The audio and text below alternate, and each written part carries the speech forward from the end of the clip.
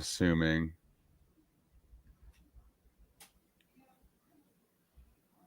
Guess we're going for an hour. I haven't said anything. Yeah, or whenever you guys are ready to wind it down. All right. All right, so we are live. All right, there we go. Welcome in, everybody, to episode 7 of the upcoming Retro podcast. I am one of the hosts, RectWizard, and here we have our other 3 amazing hosts for the show.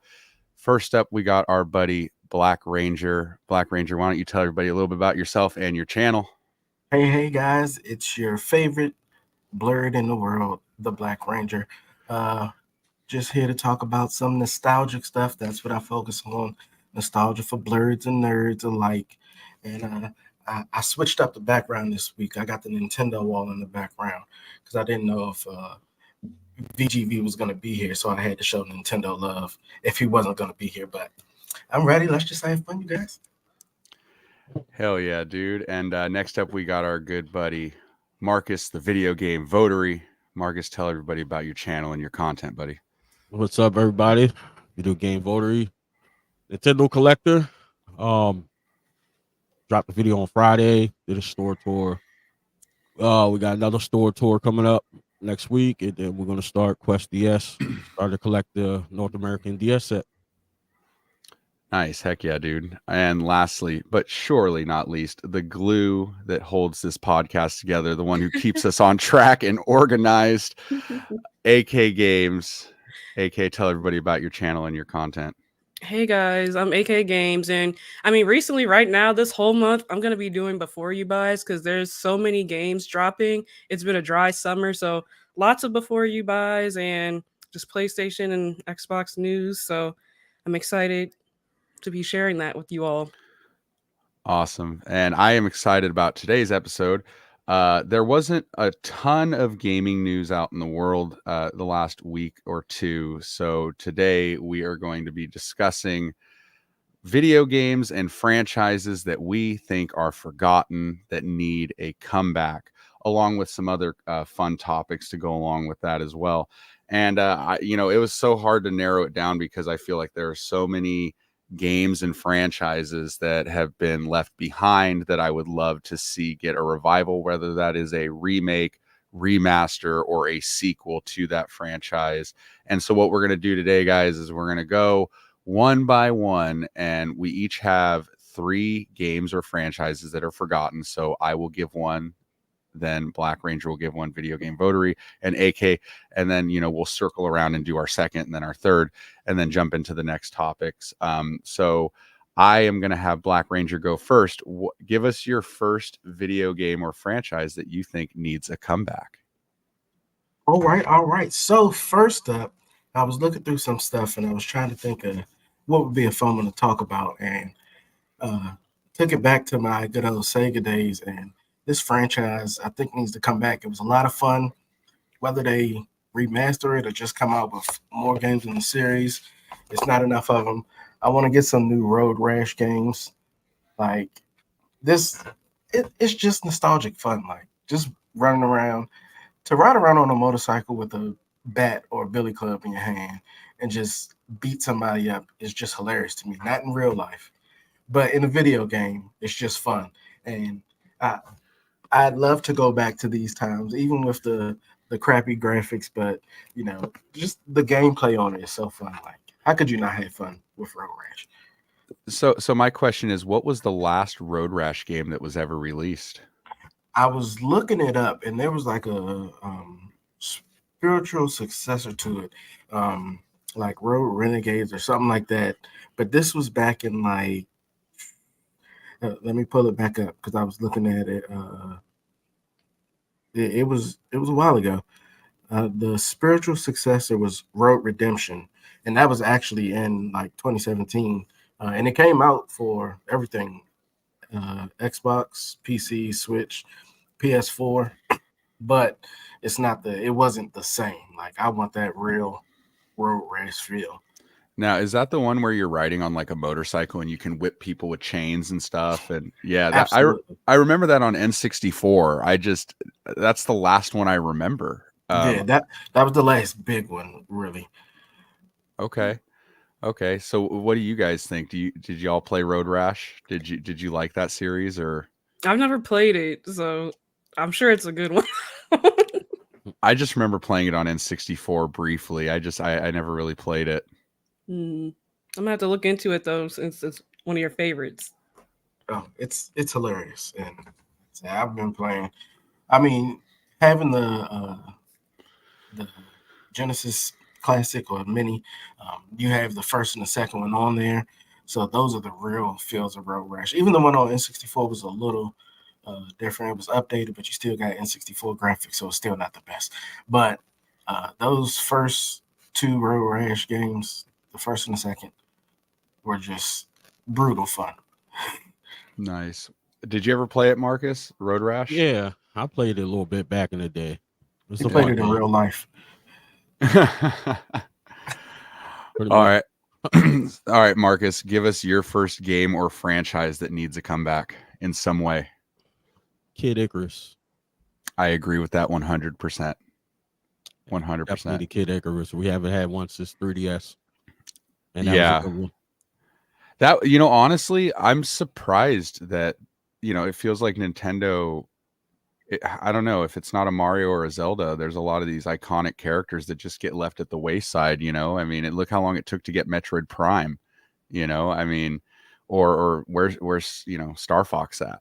You know what I mean? Like, I don't know. Kid Icarus. It's been around since the NES, and he's in Smash Brothers Ultimate for the Switch, but he doesn't have a game since the 3DS. I don't understand it. He's a really cool character. I mean, wouldn't it be cool to get a Kid Icarus like a Zelda game? That, like, I don't know, like an adventure game like that, like in modern time. That would be sweet, dude. I don't know. Yeah. All right, AK, give us your first one. Yeah, so I think my first one's gonna be I have it in the background right here. Jack and Dexter.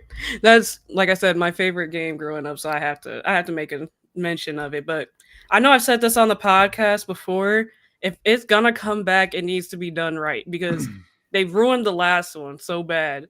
So it's just gonna have to be like some kind of playing around with it. I don't know, but I would love to see it make some kind of comeback. Which Jack and Daxter is your all-time favorite? Oh, the first one, The 100%. first one. Okay. Yeah. I like the other ones, but honestly, as they kept making more, it just went worse and worse for me. Like I liked them less and less. Yeah. I own, I think, all of the Jack games. Yeah.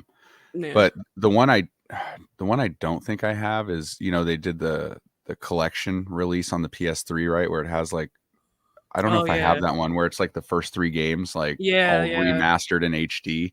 Mm-hmm. So what was the last Jack and Daxter game?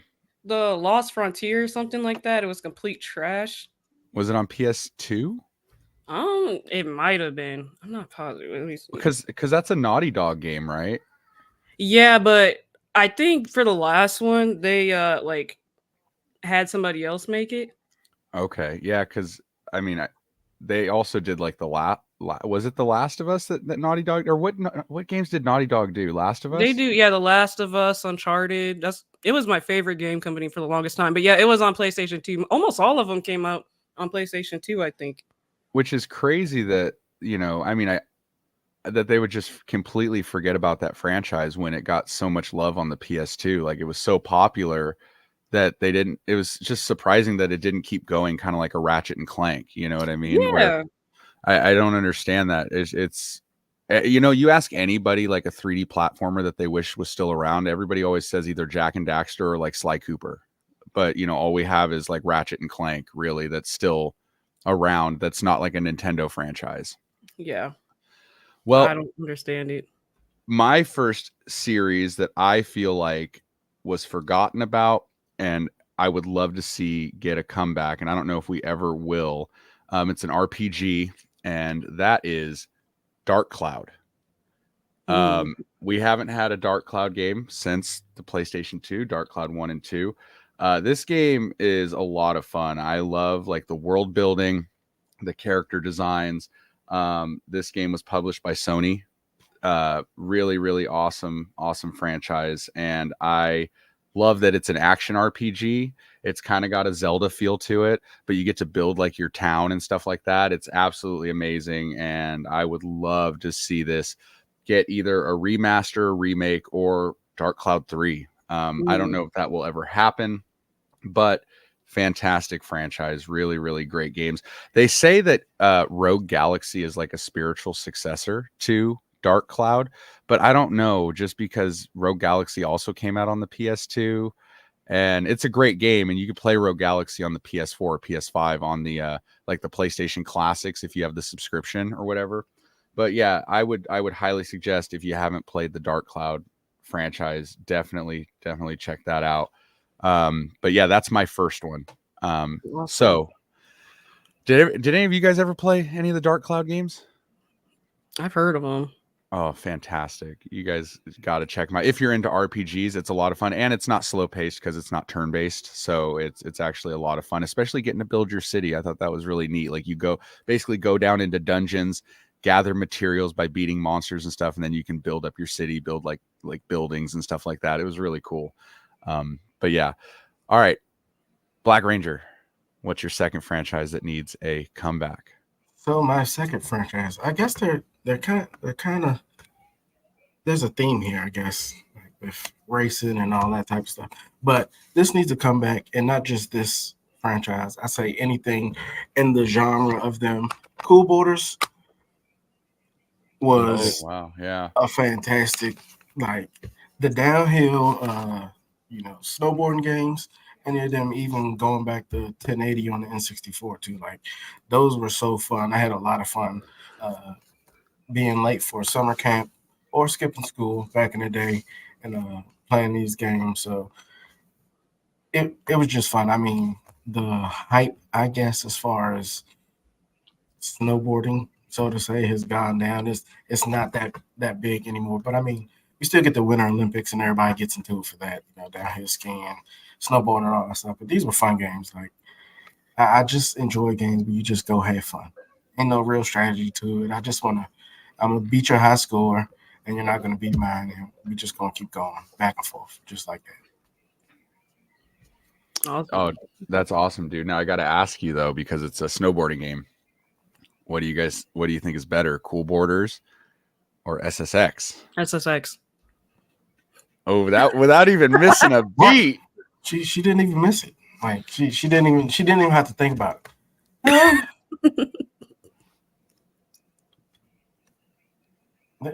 They all hold a special place in my. I mean, SSX Tricky was quite fantastic though. Like, it's dope, dude. Yeah, it is. I think games. SSX was more of the. I think Cool Borders was kind of like the little more serious version of like what an SSX is. It's almost like playing like ESPN 2K basketball and then playing NBA Street, almost, for me. That's definitely, you mentioned that. I feel like that's an honorable mention for sure. The Street franchise. I miss those games so much. That was definitely one of the ones I had on my list, and I was like, no, I'm gonna do something else. Yeah, I thought about it. All right, Marcus, what is your second game or franchise? You said it already. We're gonna go with Star Fox. Star Fox, you are 100% right, dude. I agree.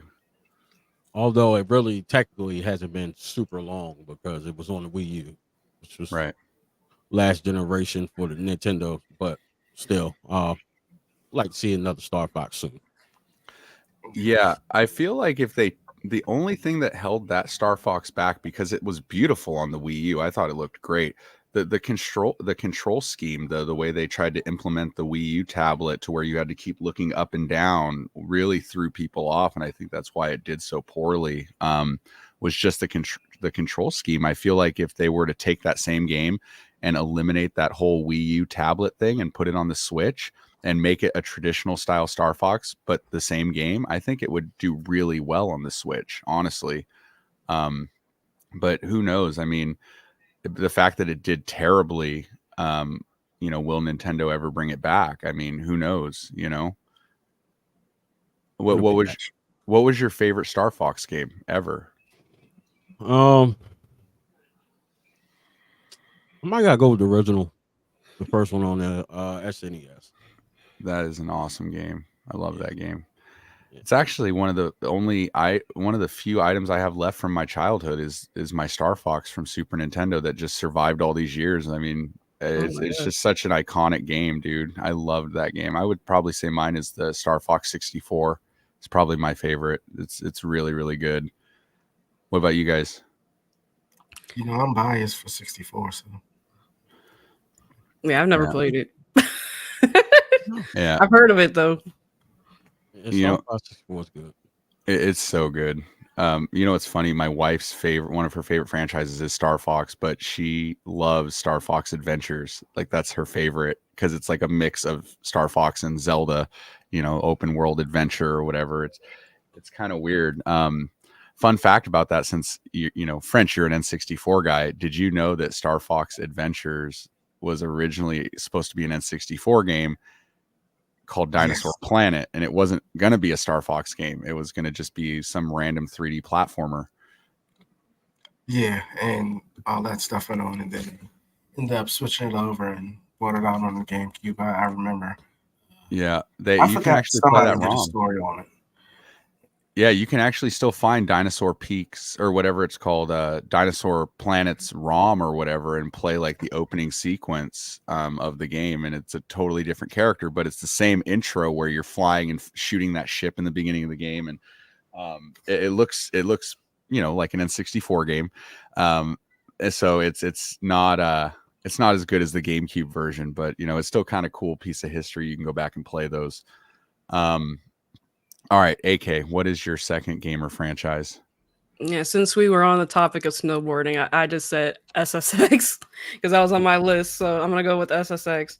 Again, my favorite one was Tricky, and yeah, they haven't really been making a lot of snowboard games. I know they came out with one fairly recently called Steep, but I hated that game. I remember that. Yeah, I didn't really like Steep, but yeah, SSX definitely needs to make a comeback, but I think they should do it in the way of like how they did it with Tricky. Like they should make it fun and like groovy, I guess. I don't know. Yeah. dude, SSX had like that style about it, you know, the soundtrack and the arcadey feel. It was just so good. 100%. And I feel like they could do it so much better nowadays too, because we have like online now and stuff like that. So it would definitely go hard. Oh yeah, like if you could have like leaderboards, you know, or whoever gets the best time or the most points, or just getting a race against, you know, I don't know, 10 to 16 other people, like a Mario Kart, you know? Yeah. Like that would be dope, honestly, with some type of killer soundtrack. Mm-hmm. Yeah, and the characters were always fun. I don't know if you guys will agree. I feel like one of the best eras for like video game soundtracks, just for having like real music, was probably like the 6th and 7th gen. Was like, how many like PS2 games do you remember playing where it had like the newest like hip hop or rock tracks, like in the menu or during gameplay? Like, dude, you know, like and there are some songs that every time they come on the radio or I listen to them on Spotify, I instantly go back to a game. Like, okay, every time I hear T.I. song 24s, I think of Need for Speed Underground. Like, and I can't escape that. Like, or every time I hear Backcountry by Avenged Sevenfold, I think of Madden.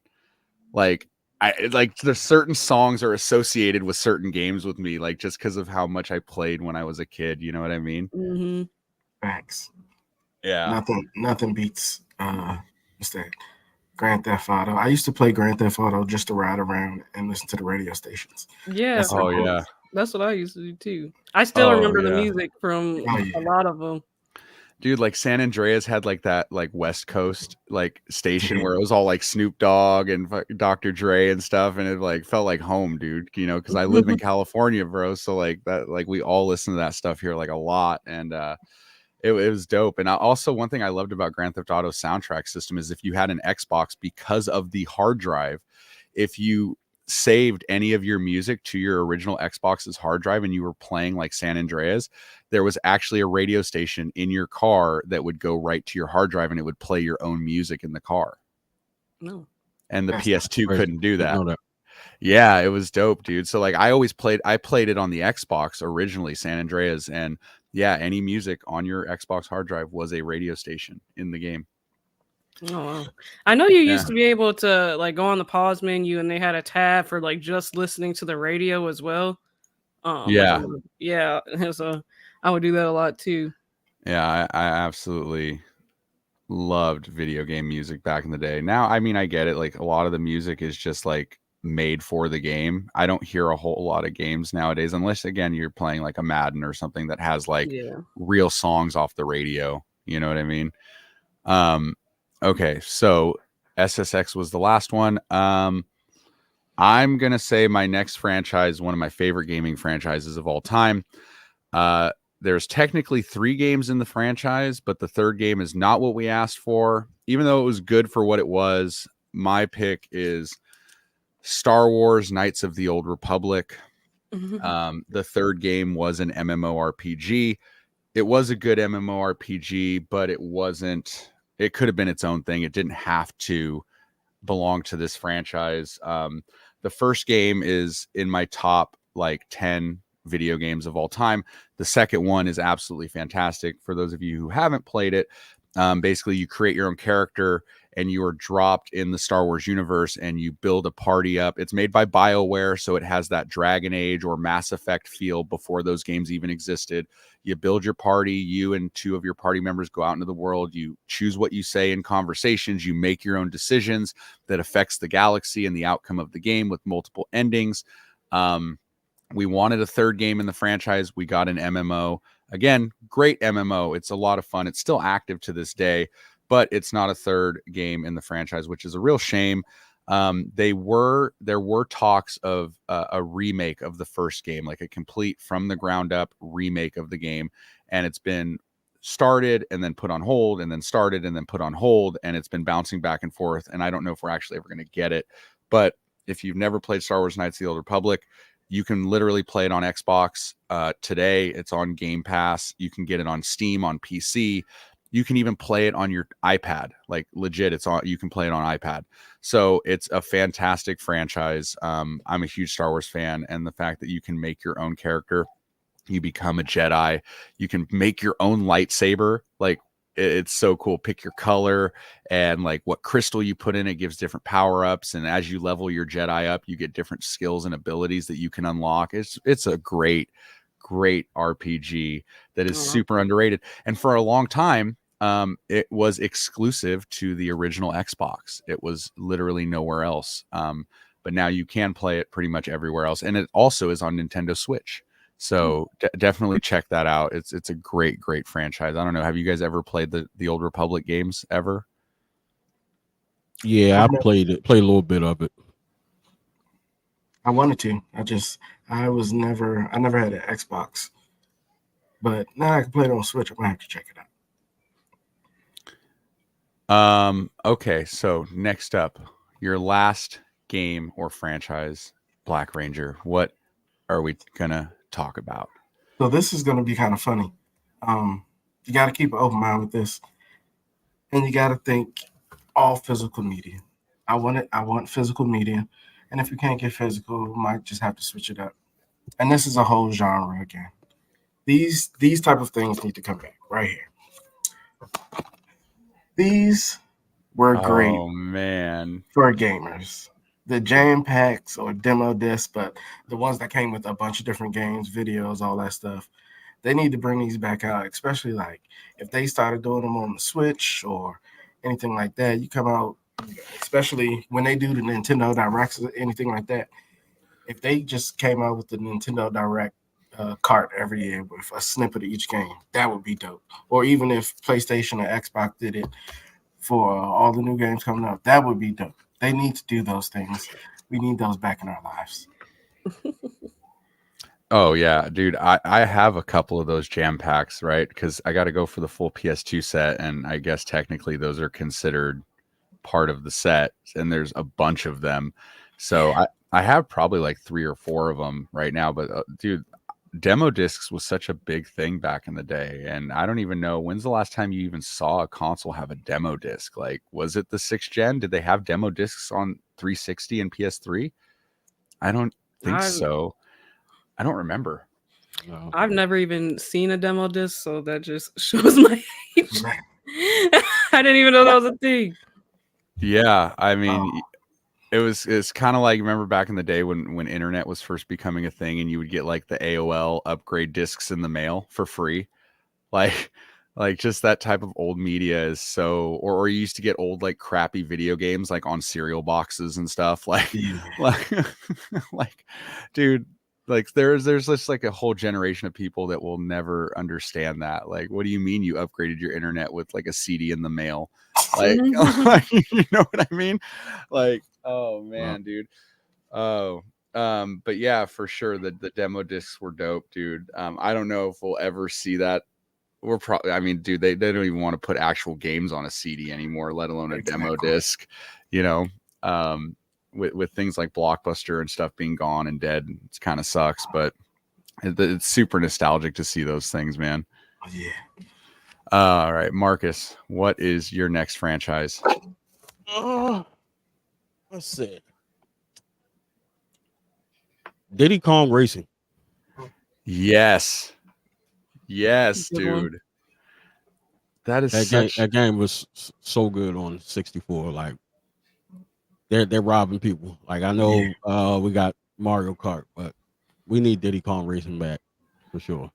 Oh yeah, dude, I totally agree. Like it would be cool to see like a kart racer like Diddy Kong come back with all like the underdog characters that get no love in Mario Kart, right? Like you could even throw Kirby in there, because Kirby had a racing game, Kirby Air Ride. Like make a Diddy Kong Racing, and like, because there was Banjo, there was Conker in the original, you know, like fuck, throw Samus on a cart, you know, like, and just be like, like Sega has Sega All-Star Racing, make Nintendo All-Star Racing or something, and like make Diddy Kong the face of it. Like the nostalgia would be insane. Yeah, that would be fine. And it had other carts you could fly and stuff. Yeah, like hovercrafts and water. It was land, water, and air. Yeah, one of each. Dude, the airplanes were dope. Like, oh man, that, or you know, you just add those characters. Are those characters in Mario Kart? There's so many. Is Diddy Kong in Mario? Diddy Kong is in Mario Kart now. He's a DLC character you have to pay for. Yeah, probably just him and Donkey Kong, but Conquer and I don't even know the other characters. I have to play it later today to try to remember the other ones, but they none of those are in there. But that would be cool. That and maybe like if they threw them in like in Smash, or made their own version. Like Nintendo has so many different lanes they can explore. Like they can make a whole Smash Brothers franchise, like from Diddy Kong or from Zelda, and just have their, like, you know, for their own versions of the franchise. Yeah, I think the reason why we don't see like Banjo or Conker, right, is because Rare is owned by Xbox now. And right? We see Banjo every week. What are you talking about? Who? French? Oh, by the way, French, I just noticed your game room is different. This is the other side. He said it. Oh, he so said he changed it back. Yeah, I moved the camera. This is the Nintendo wall. The other one is just everything. Yeah. Okay. I was like, oh man, you did some rearranging over the last week, dude. I was gonna say it looks dope with the arcade cabinet and the shelves behind you. I think it looks good. Oh yeah, this that's the best part. Of pretty much outside of the arcade cabinet, it's all Nintendo, all my handhelds and all that stuff. The 64 library right there is this all cool. Nintendo. Yeah, dude, it's dope. I want an arcade cabinet in the room so bad, and my wife keeps telling me, where the hell are we gonna put it? And I'm like, I don't know, dude. We'll find room. Like, she's where are you gonna just expand out? And I'm, well, you know, if you'd let me have the dining room too. You know, we don't need a dining room table. Like, who does family dinners anymore? It's 2024. Oh man. All right, AK, what is your last game or franchise that needs a comeback? Yeah, so this one is kind of a group of games that I want to see come back, and you'll see why. But basically, I miss when they made games that were based off of like movies and TV shows, only because, not because they were good, but because they were so bad that it was funny. Like the first thing that I can think of is like this Fairly Odd Parents game, like Ratatouille. They were just so bad, but I missed Stuart them so Little. much at the same time. It's so many. There's so I don't think they should make them like they used to, but just like every now and then, just to get a laugh. And they should be like on Xbox Game Pass or like PlayStation Plus, where we could get them for free. Like I wouldn't want to pay for it, but just to like see how bad they are. Oh yeah. They were. We need that So Raven back. Oh man. That or the Hannah Montana game. I played that one too. Now that one was good. Okay, like it's still kind of crazy to me. I don't know if you guys remember, but Hannah Montana got her own PSP console variant. Like yeah, but I had, or my family had one of those. It was purple. That is a trip. Like Hannah Montana was huge, man. She was. My wife loves Hannah Montana, and she will still watch that show on reruns. Like at 36 years old, she still gets down with it. I probably would. I'm not gonna lie. I do have a question in my chat though. They say for remakes, what would y'all want to change about the original games other than the graphics? And I do have an answer for that. My answer would be just the mechanics, because I feel like a lot of older games, if they were going to be remastered, I would want the mechanics changed, because a lot of them can still be really clunky and stuff like that. So yeah, I just wanted to address that because it's been in my comments. Oh yeah, 100%. Not just the graphics, but you're right, like the mechanics, the button layout, right? Because some of those games had really wonky controls that were just bad, and that would be really nice. And a nice quality of life upgrade, right? Like, you know, there are certain certain things in the game that they can add. They did a lot of that with Wind Waker HD, you know, that made it better. Like in the original Wind Waker, when you're traveling on the water, you have to, every time you want to change directions on the boat to go a different way, you had to actually stop your boat, and you had to play the wind song, and you had to change the direction of the wind just to go that direction. Otherwise you moved extremely slow, making the game awful to experience. So when Wind Waker HD came out, they came out with this quality of life upgrade called the Swift Sail. And it was a sail that you put on your boat that you could just travel any way you wanted without having to do that, which saved a ton of time and made the game way more tolerable.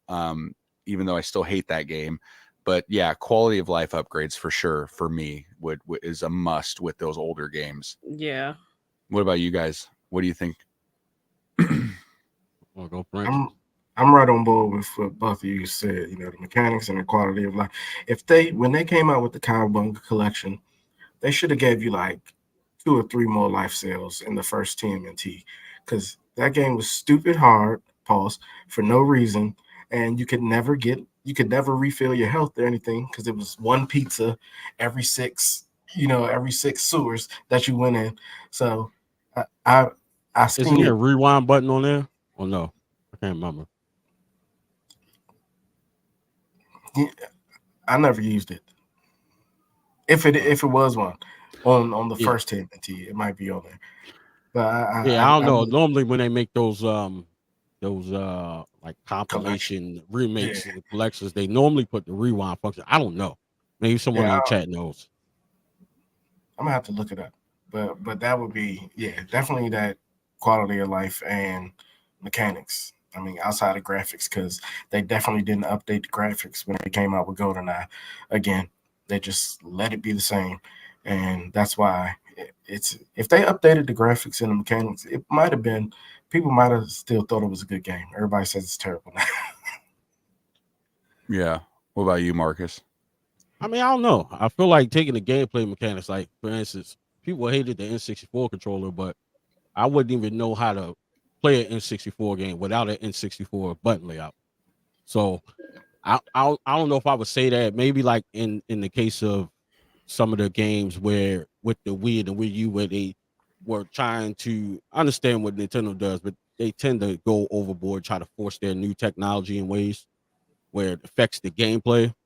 So, but I understand what they were trying to get at and what they were trying to accomplish, but sometimes it's just a bad idea to do that, because it takes away from the game. So if anything, just kind of doing like a gradual upgrade or doing like a complete like repaint, like they did like some of those games, like what was that Zelda game? Can't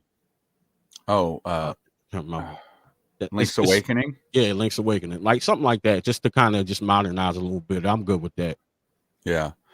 One quality of life upgrade that they added to a lot of RPGs that have gotten like remakes or remasters is the speed up mechanic, because like combat can take forever in a lot of these older RPGs. Like for example, the Final Fantasy Pixel remasters that are on Switch and PS4 and on Steam, like you can actually speed up the combat, so you're not, because it's turn-based, it's randomized, so you're walking around and you'll get into a bunch of different combat sequences like so often, and they take forever, and sometimes it's just like it's draining and you just don't have the patience or the time to sit there and do it.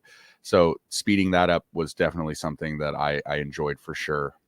I completely forgot about the franchise the number one franchise I wanted to see come back. I just got back in town, like literally, right? So I just remembered I need to see a remake of Kuon on the PS2. Like ASAP. I need it. hey, spam it in the chat, guys. Kuon remake. Spam it. Spam it. Spam it. Look, new Kuon. If there are tens of thousands of games in this world. Nope. Stay away from Kuon. I want to play Kuon. No, you don't. I'll let you come to my house. You can play it. No. Buy a plane ticket. I think we should all have the ability to play that game on a PS5 remaster. Like I said last week, I hope your entire Wii wall falls down and you have to reorganize it. All 1,300 games come crashing down and you got to put them back in alphabetical order. Hey, guys. Oh, I would hate it so much. Like, I would just give up on PS2 collecting if the most expensive game like tanked. It's like worth like $100 now, and it's like, yeah, I'm only into it $800-900. You know, it's nothing. It's nothing. I would hate myself. That would suck. The PS2 version is what matters to you, though. The PS2 version, yeah, it's what matters. But like, we see it all the time where these companies come out and they remake or remaster these games that are expensive, and the value tanks. Like Mario RPG, they just came out with, or not Mario RPG, the 1,000-Year Door. It was one, yes. Mario RPG is worth more than 1,000. Well, they both about $100.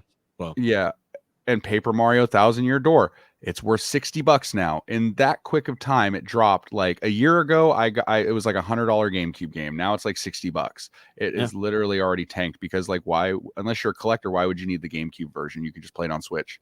I bet you wouldn't be opposed to them remaking Earthbound, now would you? Earthbound? Well, I don't care about that game because it's really not as good as everybody says it is. You don't care. No, I don't. I don't care. Because I don't care about Kuon. But I wouldn't mind playing on PS5. Okay, but here's my thing. The difference between Kuon and Earthbound is... hot take all early morning, y'all. Earthbound is not a rare game. Neither is Chrono Trigger. Like, those games were everywhere. They were in every bargain bin everywhere. You can actually good. That's the big difference. Look, I'd rather pay more for a good game than, But if we're talking about rare games, like for example, Pokemon, why are Pokemon games so expensive when literally millions and millions and millions of copies were sold of every game that was ever released? Why? Like, that's where we're like, as collectors, like, why is this game expensive? And it was literally everywhere, like Chrono Trigger. Chrono Trigger is not a rare game, but it's a very expensive game.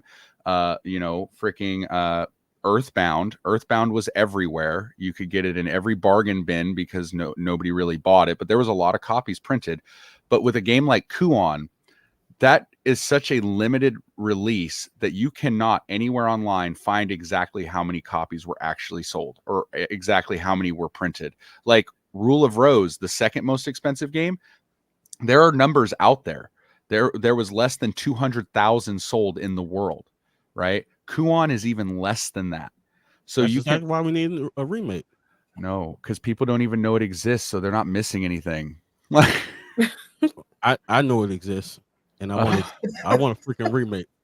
Why like, would you next do year. that to me? Like, I thought we were friends. Like, we're supposed to be like family on here, and you just like, you hate me. It's fine. Well, you give Nintendo so much, it's only right. I love Nintendo. Now you're playing case he hates. You put that's true. You put Xbox and PlayStation on the thumbnail, not Nintendo. So yes, I'm coming for you, bro. I've seen it, and I'm pissed off about it. Hold on, I didn't. Or the one on Instagram, guys. Go on Instagram and look at that post. You see Xbox and little PlayStation controller.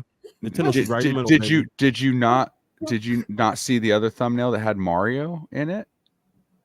I mean, obviously that's like the secret one that we got in the group chat. No, I look at my story now. I posted both of them before the podcast. I don't want to talk about it. I don't want to talk about it.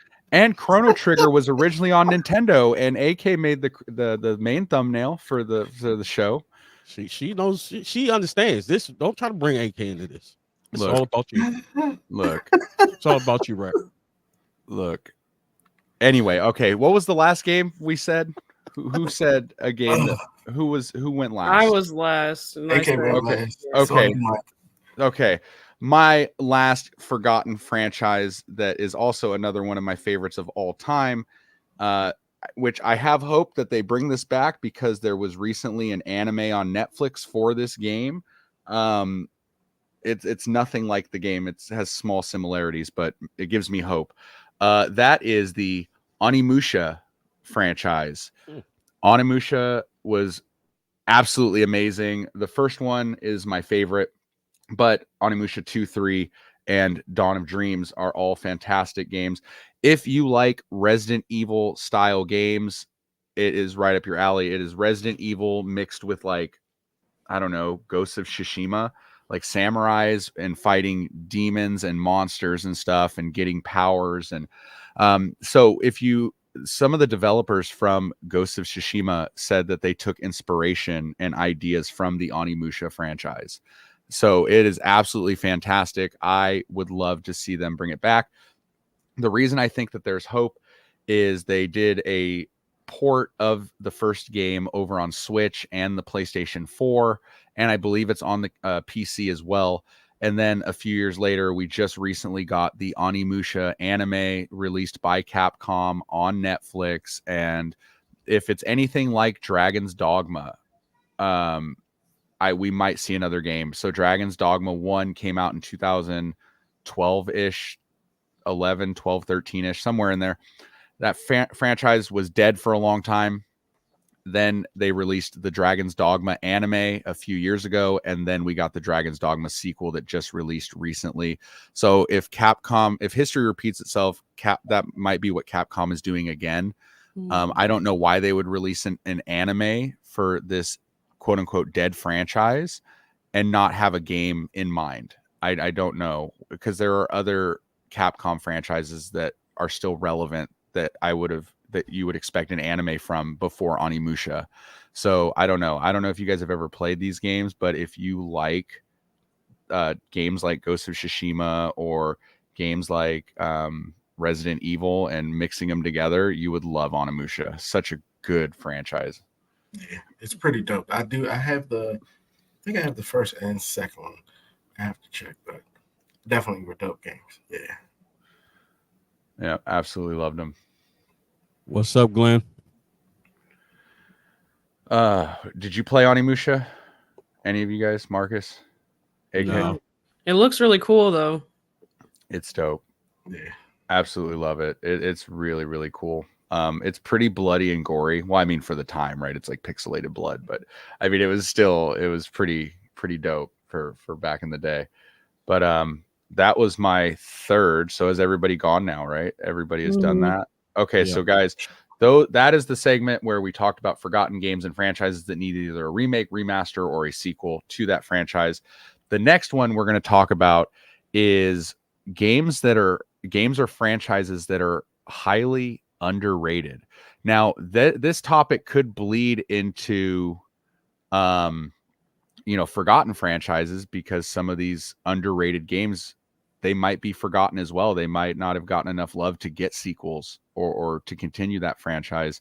So, BlakRanger, what is your first game that you think is underrated? My first game that I think is underrated is actually Marcus's last game, Diddy Kong Racing. And it's not underrated in the community. We all love it. I mean, there's still a big debate, Diddy Kong or Mario Kart. However, it's underrated from Nintendo. Like, they just did the first one. We loved it. And they was like, all right, we're just going to keep releasing Mario Kart after this. Diddy Kong Racing is highly underrated from the developers, not the community. That's my first take. All right. And I again, I think a lot of us are in agreement with that. It was a really, really good underrated kart racer for sure. And I still, if I pop in a kart racer for my N64, I always go Diddy Kong over Mario Kart 64 because I really don't think Mario Kart 64 was a very good Mario Kart. Not a fan of it at all. I think that the pre-rendered like backgrounds with the weird flat looking 2D sprites like really throws me off, and I just think it looks blurry. Like, I'm just not a fan. But go ahead, say something because I talked about your precious Mario. I'm gonna let you have this one. Because you just agree. You technically agreed because you said Diddy Kong needs some love, right? It's better. I never disregarded Mario Kart though. You know that Diddy Kong is better than Mario Kart 64. Come on. The characters look better. They're both Nintendo, so it really doesn't make a difference to me, honestly. Bro. All right. Marcus, Marcus, what is your underrated game? What is your underrated Nintendo game? I just had it in my head. You made me forget. Oh, the Wario Land series. Okay. We need that back. Very underrated, slept on. I guess it was popular in its own right, but not really. I don't think it got enough shine and enough exposure as I believe it should have. So I think that's underrated. Especially like when it started like on the Game Boy, like those were really, really good. Yeah. What was the last Wario Land game that ever came out? I think Shake It on the Wii. Okay. Last one I can remember. But Wario Land and WarioWare are different, right? Yeah, WarioWare is more like a party style game. Like mini games and stuff. Yeah, there are a bunch of mini games. The Wario Land is like an actual like platformer game that you're using Wario as the main protagonist. And gotcha. It's always been good. So hopefully next Nintendo console. Well, I mean, it would be cool because like when you're playing a Mario game, right? A platformer, you always were able to, well, not always, but like in a lot of games, you're able to pick Mario or Luigi as first and second player. It would be cool if they came out with a Wario Land for like Switch or whatever the next console is, where Wario and Waluigi were like the two playable characters or something, right?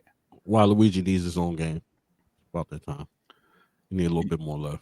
Do you think though, like Waluigi, yeah, a lot of people like him, but do you think he could stand on his own and like actually sell enough games to where it's warranted to spend that much to make a game?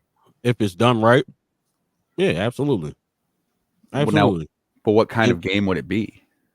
I wouldn't mind seeing it like along the same lines of like the Wario Land series where you're playing as Waluigi as the main protagonist. I just think with it being so different, I think that would definitely catch people's eye, especially if they just make it a great platformer or come up with some kind of style to make it sit on his own. Like Luigi's Mansion is him being freaking scared. So, that was that's the lane for that. So if they come out with something that, could fit that, yeah, but I wouldn't be against a platformer either, where you're not trying to like save something. You like Wario's like trying to get money pretty much the whole time. So, they can find something. They can make it work for sure. Yeah, no, absolutely. Yeah, I'm surprised he hasn't got his own game actually, because I don't know. I mean, I think every Nintendo character at some point has gotten their own game. I can't really think of one other than him that's like a main character that doesn't have their own game at some point. Mm-hmm. All right, AK, what is your first underrated game? Yeah, so my list is kind of newer games, fairly newer. But my first one is the Little Big Planet series / the Sackboy games. And I only say that because they are great couch co-op games. And I think it's highly underrated for that. I think people see those games and they just think, oh, like that's a kiddie game. But it's like those games are hard to beat. And I'm a completionist, and they it's hard to complete it 100%. They can get difficult. Yeah, I've never actually played any of the Little Big Planet games. I own them. I just haven't played them yet.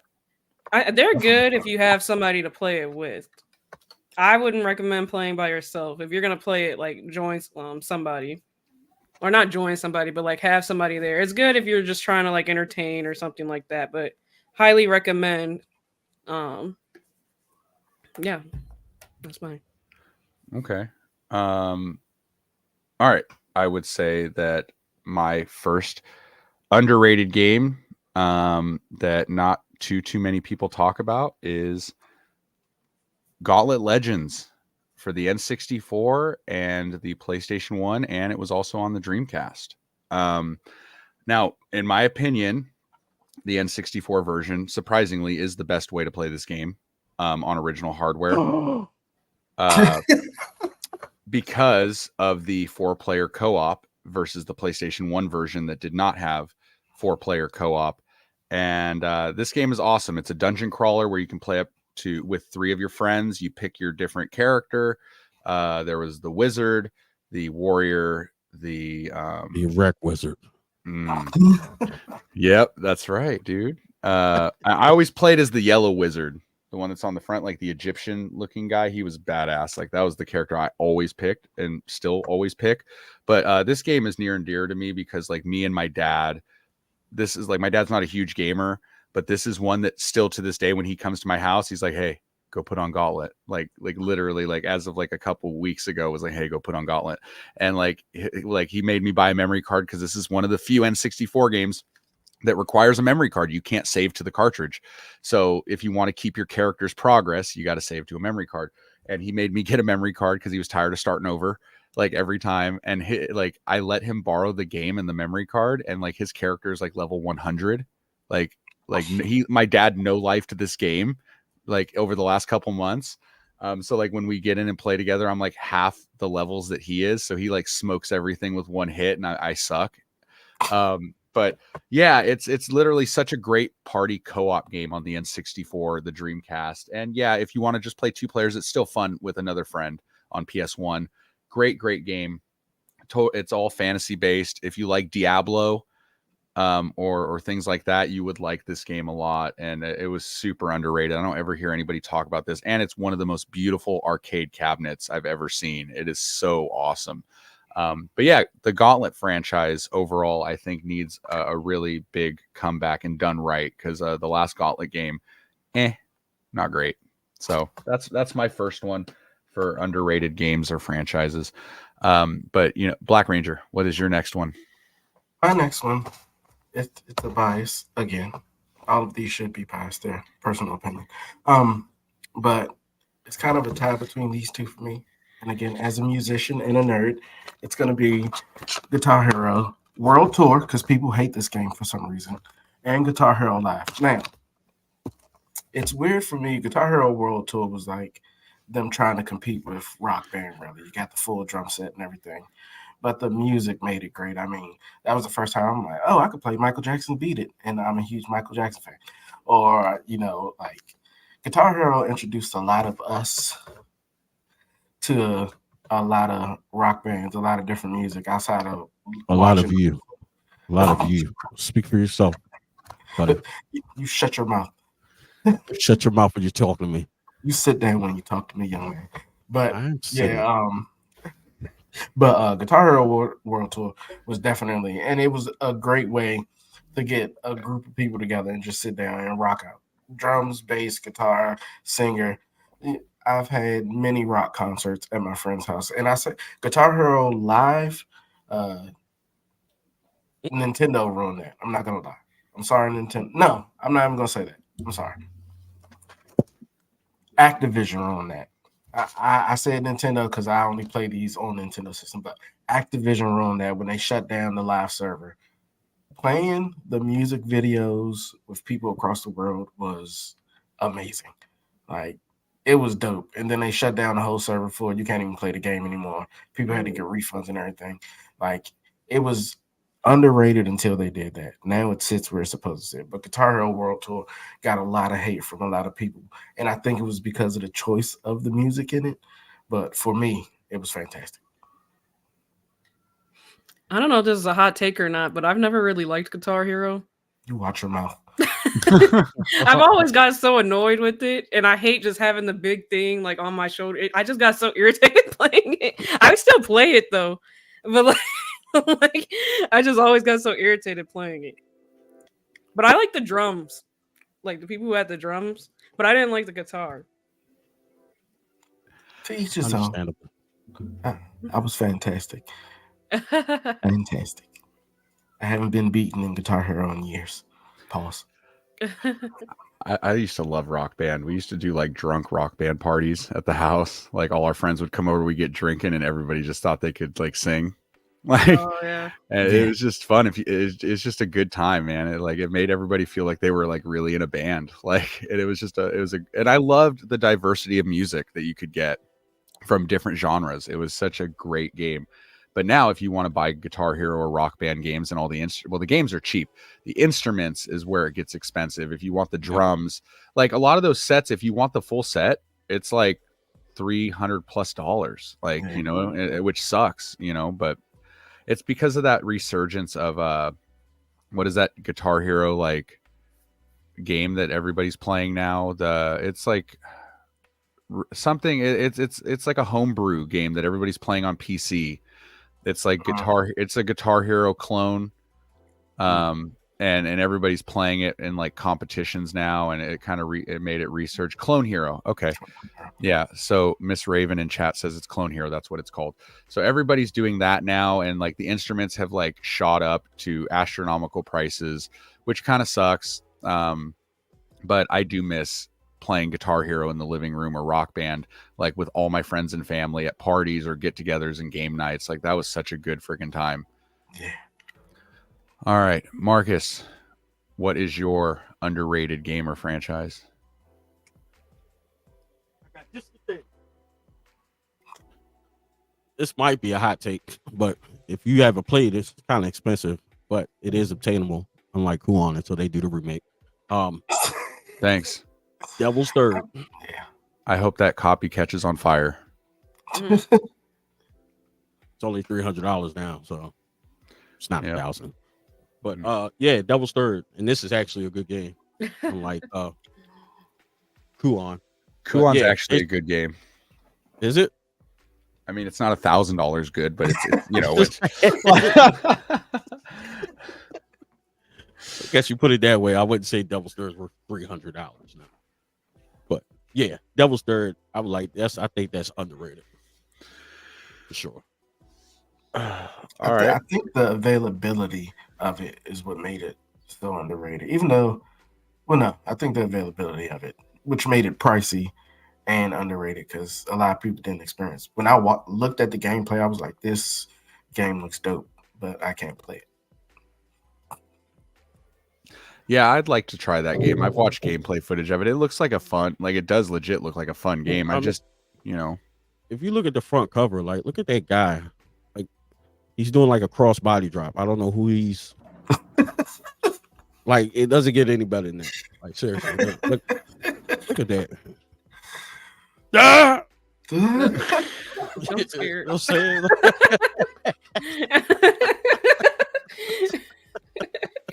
We have a question in chat for VideoGameVotary. Somebody has been following my channel, because for him to bring that up, smart guy, knuckleheads. Safe to say I'm the king of no, I'm not the king of DDR. I like to imitate when I go like to the arcades, and you know the guys when they got the whole thing and they holding their handles, moving their feet. Like them dudes. Like as soon as I see them reach back to grab the bar, like it's go time. Like yeah. It's just the feet moving, and then like at MagFest, Super Mag Fest here, like those guys will, and Glenn in the chat, he's been there too. People will come and like bring fans and set up the blow on them while they're playing. So I do really enjoy seeing that because I think that's kind of amazing. Like even between that and all those rhythm games that people are really, really good at. Like, but no, I'm probably okay. I probably can beat my kids, but look, I would love for you to make like a funny like YouTube short, right? Of you like playing some dramatic music and like slow motion walking up to a DDR machine like you're like a badass, right? Like sweatbands on, like ready. And then you go and you walk up and the camera angle changes and you grab the bar behind you, like, and it gets ready to start. And then you start it and it's on like light mode. Like, like how funny would that be, dude? Like that would go viral. I'm sorry. That would be so fucking fun or so freaking funny. Sorry. This guy sucks. Oh, dude, that would make me laugh so hard because everybody would be like, "Man, this guy's about to kill it." Oh, yeah, I dude. had to go the tank top, the short shorts, and freaking Bobo socks. Like, yeah. Oh, that would be so great. Yes, it is. Extremely serious. It's like no, like nah. I knew it was on a different level when I seen that dude set his fan up. I'm like, yo, that's crazy. Like he broke a big fan. So, keep himself cool while he's holding that bar and letting his feet get busy, baby. Oh, dude, I used to be okay at DDR. And when I was like 400 pounds, I would still try to play that at the arcade.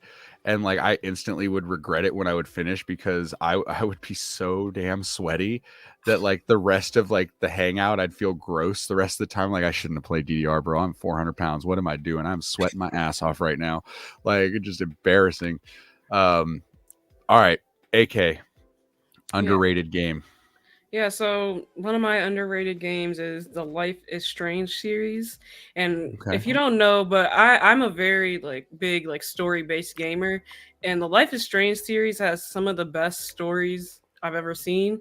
And it's like one of those games where you can like, choose your path and stuff like that to like, although I have my own theory about the choose your path games, but like you can choose your path to like play or see how the story goes and stuff like that. But they're really good, really emotional games, and if you're into story-based games, I highly suggest checking them out.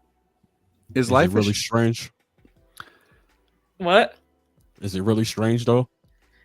I mean, if you were living it, I guess it'd be strange. It's not that strange for a video game to have strange stuff though.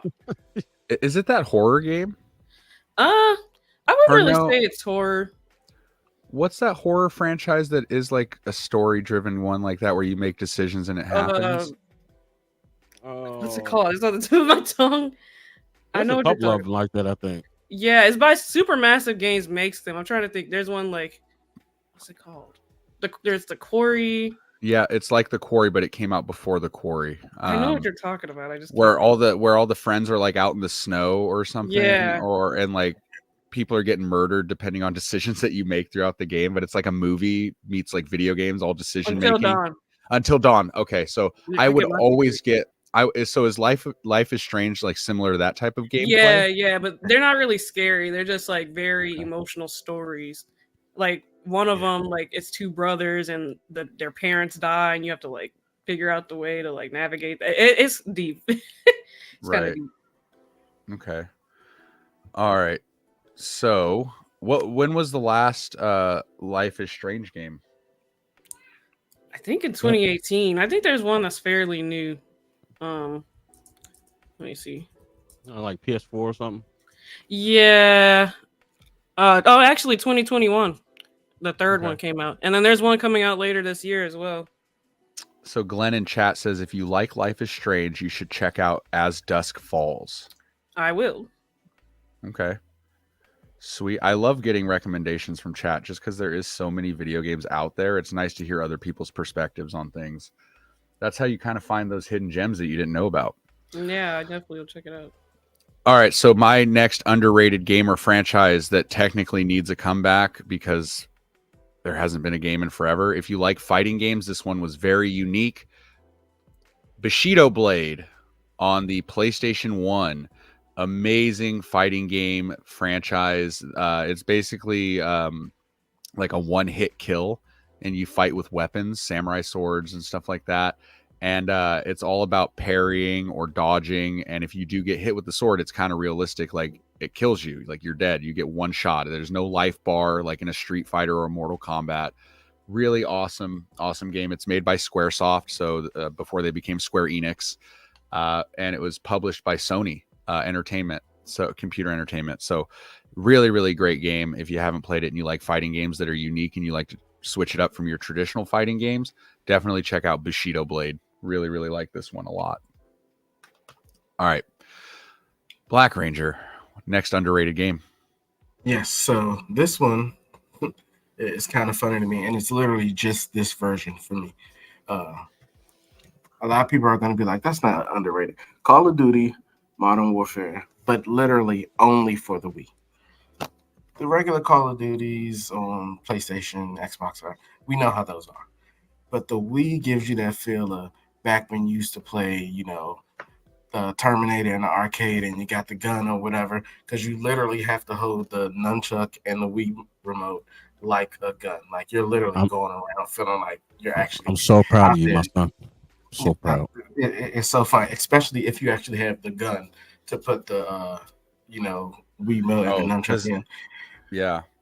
And I'm probably gonna say all of the like shooter games on the Wii like that. Any game you guys use like that is super fun. Like a lot of people just look again at the Wii, a bunch of shovelware, a bunch of games that aren't the best at graphics. Best on-rail shooter experience you're going to find. Yeah. Bar none. Oh, dude, the Wii had so many amazing shooters. It was like, it was a way of having like that light gun experience without being able to actually use a light gun, because it's not you don't play it on a CRT, right? Or you would use the Wii sensor bar. But dude, House of the Dead, Resident Evil, Umbrella Chronicles, and Darkside Chronicles, freaking Call of Duty, like, dude, all of those games were fantastic. My favorite way to play a Madden game was Madden 08 with Vince Young on the cover on the Wii. Hell yeah. Because you could actually throw the controller, and however hard you swung the Wii remote as if you threw a bullet or if you lobbed a pass or whatever. Dude, like the Wii doesn't get the love. That's why it's in my like top 5 favorite consoles of all time. It doesn't get the love that it deserves. Like people like to trash it for the motion controls. Dude, the motion controls were so good for the time, and I think they personally still hold up to this day, and it is still a great experience all around. It's a great console to mod. It has a lot of great games that aren't just shovelware, because like honestly, dude, the PS2 is filled with a bunch of crappy shovelware too, like tons of it, right? But that doesn't take away from the games that are actually good on the Wii. Like straight up, there's a lot of amazing titles on the Wii. Gunslingers, it's another one. Gunslingers, Mad Dog McCree. Like honestly, there are some games on the Wii that I will openly admit, like I wish didn't use the motion controls, that were like more traditional. Like for example, Zelda Twilight Princess. I wish I could just play it with regular controls and not the Wii remote, like in the Can't nunchuck. you use the classic controller with that? You can, but the thing is, or I don't know if you can or not, because I think there are some parts in it that require the motions. I know Skyward Sword you had to use the motion controls. But that, I wish you had the option. Like if you want to swing Link's sword around, cool, but if you just want to be like lazy and pop in your GameCube controller or your Pro controller or whatever for the Wii and just play Skyward Sword without it, I wish you could have that option. But dude, there's a lot of great games on there with the motion controls. So the Wii is, I think, overall as a console, like underrated for gamers. It sold a lot of consoles, but everybody's like, oh, it sold to grandmas and nursing homes and stuff. It's like, well, yeah, it wasn't geared only towards gamers. It was trying to, be for everybody, but it still is a good console. And I think people trash it way too much. Everyone, I mean, everyone loves Wii bowling. Everybody. You're a liar if you say that you don't. You're a liar. You're a stone cold liar. Yeah. You don't like Wii bowling. You're lying. Wii bowling was just as popular, if not more popular than Guitar Hero and Rock Band as party games. Like absolutely everybody played Wii Sports. Everybody. That like was insane when that came out. Like it took over everyone's living room for such a long time. There are people who just bought it and never bought anything outside of Wii Sports. All right, so Next up is, help me out here, guys, because I'm like drawing Marcus. Underrated game. I got a couple. So I'm gonna throw a couple in real quick because I'm like looking over. Punch Out. I would like to see that's underrated. I feel like NBA Street is super underrated. It's super underrated. Well, I don't know. I guess I can't say that. It's maybe I feel like that, but I think a lot of people like love NBA Street, especially the first three. So I don't know. Maybe I felt like it's underrated because they haven't brought stuff back, but you know, EA Big kind of like disappeared because EA Big did SSX Tricky, right? SSX Tricky. They did NBA Streets and NFL Street. NFL Street, yep. And FIFA Street. FIFA Street, yep. Yeah. So EA Big was a good like sub department that yeah. I think as a whole, EA Big needs to come back. That's very underrated. For sure. I forgot they were a thing. Yeah. I mean, I know they made, but I forgot like them as a sub thing was a thing. Yeah, they had a good run. There's really good games at that time. They was on fire. Yeah, I would love to see a new NBA Street. Like that would be so dope, dude. I loved Volume 2. That was personally my favorite. But I also loved the first game. The first game was so cool when it came out. I loved going through like the story mode where you start at the bottom and you'd go up and unlock like the special made up characters or whatever and put them on your team. You know, and like every time you would beat a team, you could snatch one of their players off the roster to add to your squad. Like I loved that, man. It's so good. So good. All right, AK, next underrated game. Yeah, so I guess my last underrated game, I have a couple, but I'm going to say Mortal Kombat. And the only reason I say that is because the new one came out, and I know it's popular, but I feel like it was more popular like years ago because the newest one came out, and I feel like it wasn't that popular because I was talking about it on my channel, and people were like not that interested, and they were like surprised I was interested in it. But Mortal Kombat will always have like a special place in my heart. I love the fatalities and I love the combat. It's always so smooth, and they always come up with like creative things to put in it. Like what I think one of them was like a celebration or something fatality. Like they always just have like new stuff, and they're always adding like new DLCs and stuff like that. So I think recently has been kind of underrated. Yeah. I didn't get it. I really wanted a copy of Mortal Kombat 1 when it came out for my PS5. I just haven't had a chance to get it yet. I got Street Fighter 6 and I wanted to get Mortal Kombat because it looked sick. Yeah. I just haven't picked it up yet. And I love the Mortal Kombat franchise. I think it's a great fighting franchise. I mean, it's obvious that like the top fighting franchises are obviously Street Fighter, Mortal Kombat, and Tekken. Right, like those are the three. I mean, yeah, sure, you can, I guess, throw Smash Bros in there. That would be like the top 4, like on the planet. Dragon Ball Fighters. Yeah, Dragon Ball. The Dragon Ball games, dude, are big too. I got to give them that. They're huge. They always have been. Specifically Fighters. That's the one. Yeah, that's definitely the one. Now, what makes my question is what makes Dragon Ball Z Fighters or Dragon Ball Fighters different? Because like. I haven't played a Dragon Ball Z game really since like Budokai or the Budokai Tenkaichi. Like they all were fighting games, weren't they? They were, but Dragon Ball Fighters, it's got more of the flow of Marvel versus Capcom. That's why when they messed up with Marvel versus Capcom Infinite, Dragon Ball Fighters took it over at the top. Like it's more along those lines. It's way different. Like it's a lot faster paced. Like normally the Dragon Ball Z fighter games are like slower pace, but this one is, yeah. So it's highly recommended. It's cheap. You get them all for like under $20 on any console you want. Okay, I'll have to check out Dragon Ball Fighters because that's one I haven't played yet. Because I just assumed it was just another Budokai or something, you know, because they all felt just like fighting games, you know. Well, they all are fighting games, but I didn't know what the difference really was.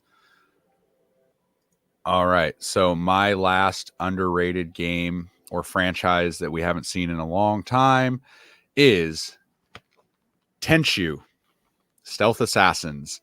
You got it was I absolutely loved this game. This was mind-blowing when I was a little kid in the 90s playing the first Tenchu. It was so good.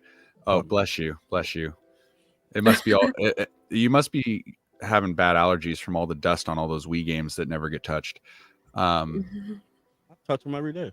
Talk about it. Fall right now, right on top of them.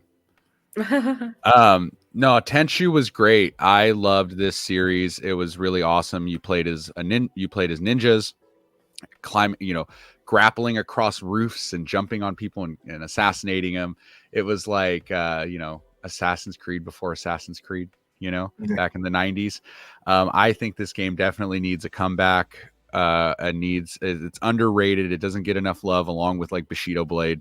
I love like samurai or ninja games. I'm just a sucker for those. So it would be really cool to see Tenchu get a comeback. We got the first and second game were on the PlayStation 1, and then we had gotten Tenchu Return from Darkness for the Xbox and Wrath of Heaven for the PS2. And then I believe the last Tenchu game, I could be wrong, chat, let me know. The last one I remember was Tenchu Z for the Xbox 360, which has, because of the store closing, spiked in price to like 70-80 bucks. Yeah.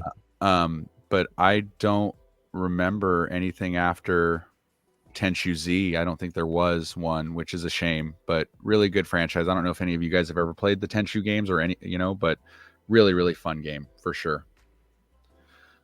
Anybody else play it? French, you look like you played it. Definitely. I love Tenchu. Like when I didn't have a PlayStation, I used to go to my friend's house back in elementary and middle school, and he always had Tenchu before it was actually released. Like, I don't know if he got it as like some type of tester, something. And I was like, "You're a kid. Who sends you this?" Because it wasn't even on a real disc, but he had it at least a month before it came out. Between that, like, I used to just sit and watch him play Tenchu and Final Fantasy 7, and all. That's when I got introduced to RPGs through that. And then just watch him play Tenchu, like, I used to be like, "All right, get off the sticks, kid. Let me get on here." Like, it was awesome. Yeah, and what's cool is like, if you have a PS3, any version of the PS3, and you were to find a copy for the PlayStation 1, you could pop it in and play it and upscale the graphics. It looks great. All right, so the last segment of the podcast, you guys, it can also be taken as the hot take section of this, right? Is overrated games or franchises. This might piss some people off in chat. It's definitely piss people off as soon as you talk. I know mine is. I am here for it. I am ready to upset people today. And it's all in love and good fun, guys. Look, it's all opinion based. Don't take it. Now, also, want to say this. I was telling my co-host this. Just because we think a game is underrated doesn't mean we hate the game or think it's a bad game, right? It just means that the hype surrounding the game might be a little much for us, and maybe there's other games in that franchise that we think are better, or our personal favorites. So, BlakRanger, you're first. What's your first overrated game? And it's gonna suck to say this sitting in front of my Nintendo wall. But I think I've said this before. Marcus, don't make that face. I'm about to just get off of this. No, because you probably gonna agree. Honestly, overrated for me, Earthbound. I think I've said that before, and I still stand by it. Like, when I played it, yeah, it was later on in life, but I played it and I was like, I mean, I guess I see why some people like it, but it just Go stand by a fan for me without a cover on it. Go stand right by a fan. Oh, I do that plenty of times. I grew up in a old black grandma's house. She didn't have no covers on any of those fans. It was just dust flying everywhere. All right, but yeah, I mean, just for me. Now, as Rex said, doesn't mean we think it's not good. I mean, it's a good game, but I think more so when you say overrated, it's the price tag on it too. So that's where I'll get it. Honestly, here's the thing is why that game wasn't overrated at the time of its release, right? Because it was like in every bargain bin across the country when it released, nobody bought it, right? It's overrated now because it's quote unquote, I guess, rare. That's why it's expensive. And people are going back and playing it now as of the last few years. And it jumped the price up to like $400 for a cartridge. But it wasn't overrated when it came out, because when it was out, nobody bought it. Like, it just wasn't popular back during its release. But I think everybody sees that price tag and assumes it's like this god tier game, right? And like, don't get me wrong, I've heard it's great, but I don't know. I think it's overrated I think it's so popular amongst collectors, not just like the overall gaming population, right? Because a lot of people that don't do retro games probably still don't even know what that game is. Exactly. Marcus, and again, I didn't play it until on the Switch. Like, it's on the Switch. Put your hands down. Try to cop a deuce now. Hey. Put your hands down. But it's still overrated. It's probably, I wouldn't say unpopular opinion. I don't think anybody talked about it. NBA 2K series now, not Dreamcast now. Like, people like it because that's all there is. Yes. Yep. Literally. Because I'm pretty sure if you had another option, you would probably go in that direction. And I think the same could be said for Madden. Just overrated. Completely overrated. I could see that. I agree. I hate that Madden is monopolized, right? The fact that EA owns anything that's related to football and nobody else can make a football game. It's frustrating, because that look, it's a living proof that no competition breeds laziness and no innovation. Like, Madden has been the same game for the last 10 years. It really has. Like, there's nothing special about Madden. In the defense of both of them, you kind of can't make it but so different, right? But I just think that some people prefer something else, because there are certain mechanics of that game that is, to me, just really freaking stupid. Like, I used to be really big into playing both of them online, and I stopped. Like, I got the college football game I was playing with my kids, but there's certain aspects of it that just, obviously it's Madden, just college football, but it's kind of like, yeah, bro, like, y'all got to change something. I mean, it's not much wiggle space, so. EA has just been lazy in general. Yeah, just because they kind of can, but I think, like, if 2K was able to make another football game, it would take over football. Because when 2K was making football games, like, do you remember, what was it, 2K5 that had Terrell Owens on the cover in his Eagle uniform? Like, that game was amazing. That was really good. Or, and 2K games, like, don't get me wrong, hand in hand in the early 2000s, I enjoyed 2K and I also enjoyed NBA Live, but at some point NBA Live really fell off and, like, really just wasn't good anymore.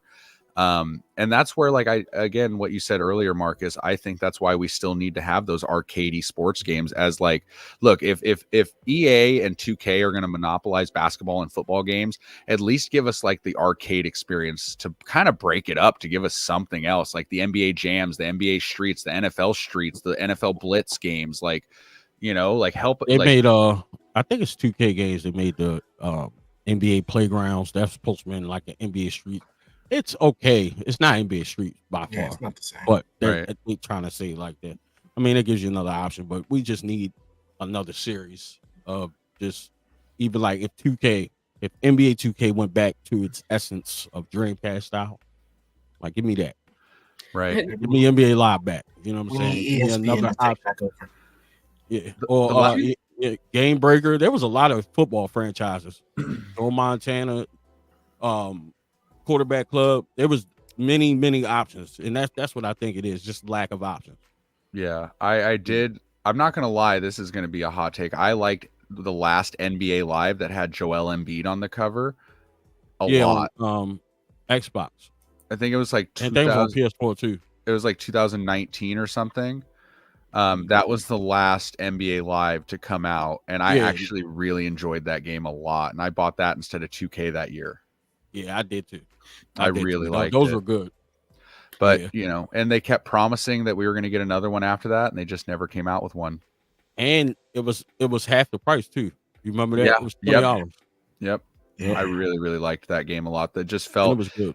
It felt like simulation-esque, like a 2K, but it also felt kind of arcadey, like, which is like how NBA Live like actually was, like the original, like 95. Like, that's a classic. That was simulation, but it was a little bit of arcadey in it. Yeah. All right, AK, what is your overrated game or franchise? Yeah, so people are definitely gonna hate me for this one, but the one game that I don't like and I don't know why I get so much love is Elden Ring. I don't like Elden Ring. Ooh, talk dirty. I've tried it, and I don't see, and it could just be the type of like gamer I am, but like I just don't see why people play that just to rage out. I don't see the appeal whatsoever. Like, why would I want to waste my time playing a game that makes me mad when games are supposed to be something that makes you happy? Wait, like, wait. AK, I'm gonna call you a hypocrite for a second. What? Don't you play Call of Duty? Oh yeah, but I'm good at it. So, but even if you're good, you're still gonna rage at Call of Duty at some point. I don't let it get to me. I don't let. I don't know how you're amazingly level-headed. No, I don't get why. I just think Elden Ring is just. I don't know why people love it so much, and like they will hate on you so much if you say anything about like anything bad about it. So do you? So Glenn asks in chat, do you not like Soulsborne games? Or is it just Elden Ring? I'm not completely against Souls games. I think I don't usually lean for them, but I think it's more specifically Elden Ring because I think it's supposed to be very, very difficult. Okay. And I mean, if that's your type of game, then by all means, but it won't be me. Yeah. It's not me. Like, yeah, I'm right there with you guys. Hot take: I think all Soulsborne games are dog shit. Oh my god! Except Elden Ring was mid for me. There are way better adventure games out there, way better games with better stories. Like if you want to play a game that's hard just for being hard's sake, whatever, more power to you. But I don't think the Souls games, I don't think Sekiro and I don't think Bloodborne are great. I don't. And it's fine if you like them. I don't at all. Not even a little bit. Like I would rather play Mario 2 locked in a room for 12 hours a day. And why you got to bring Mario into this? First of all, like, how you no, not Mario 2. Not Mario 2. Sorry. Scratch that. Mario 2 is my favorite Mario game of all time. No, Zelda 2. I'd rather get locked in a room playing Zelda 2 all day than play a Soulsborne game. I don't even like that, but I'm gonna let it slide. It slide. All right. My first overrated game for everybody to piss some people off. And since Marcus is here, let's start with this one. Oh man.